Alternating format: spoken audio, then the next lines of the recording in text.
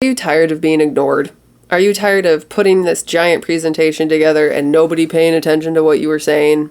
I'm here to help. Hi, I'm Lisa, the original Simple Ramp, and in this series I'm sharing my vast corporate knowledge so that we can be resilient and adaptable together as we make it through whatever this nonsense is. So, you want people to pay attention to you, you want people to take your arguments seriously.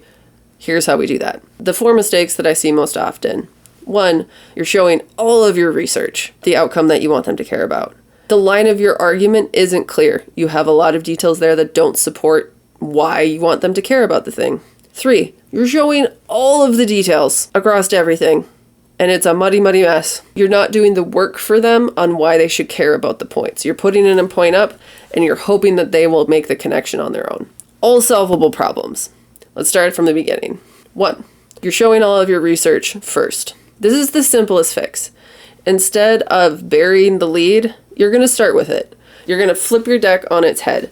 I know it's really, really tempting to show your entire line of argument and how you got to the conclusion and then show the conclusion. But if you put yourself in like a CEO's shoes, they only have so much bandwidth. You have maybe 2 minutes to get them to care about what you're talking about. I know it's not fair. This is reality. You have maybe 2 minutes for them to understand what you're talking about and to care. So use those first 2 minutes of their time and drop your bomb first. Say, hey boss, if we do this plan, we're going to make $1 million. And they're like, oh, cool. I should care about this because I want to make $1 million, right? They're human first. Keep that in mind. That then makes your second point a lot easier, which is make sure that your line of argument is clear. Because if you have that conclusion first, we're going to make $1 million. Every single point after that slide needs to reinforce the idea that we're going to make $1 million and this is how we're going to make that $1 million.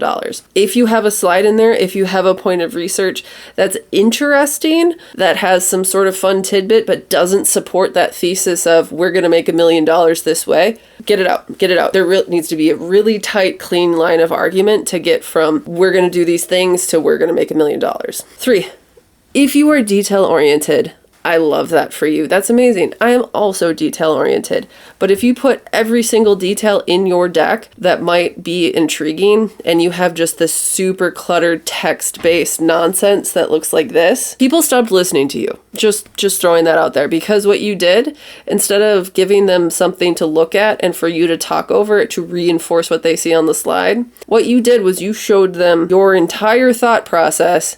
So they stopped listening to you. No, don't do that. Lots of images, give reinforcing point, and then that's it.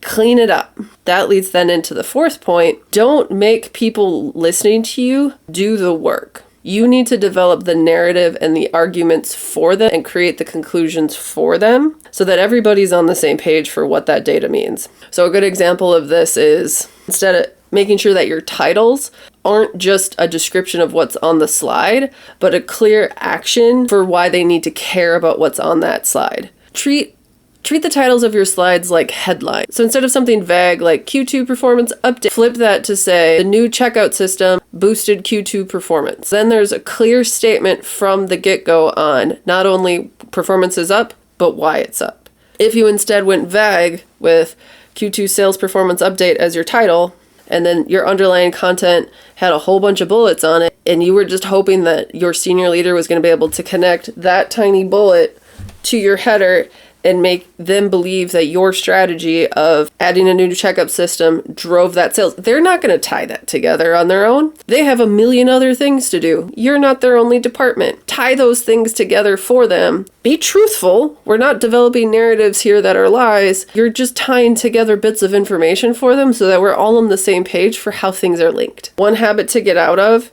don't start with your deck. Start with an outline. Put all of your thought process on paper, beginning to end, the way that you would normally write it out, and then go through and pick out your narrative and pick out your story, and then reorganize it. So you start with the outcome, you start with the why, and then every slide after it is that supporting information. 2, sharp brevity. Your slides are not research papers. You are giving a verbal presentation to somebody else, and your goal, as weird as it sounds, isn't to get them to focus on the deck, it's to get them to focus on you and treat you as the expert. And they can't do that if your slides are talking for you. It sounds like an extremely simple switch, and it is an extremely simple switch, but I promise you that step will save you so much time and energy in writing decks that are clear and concise. Follow basic design principles so that you are making sure that people are all going to be able to read that data in the same way and get the same outcomes without exaggeration, right? The first time somebody figures out that you're lying on your slides, that's it for you.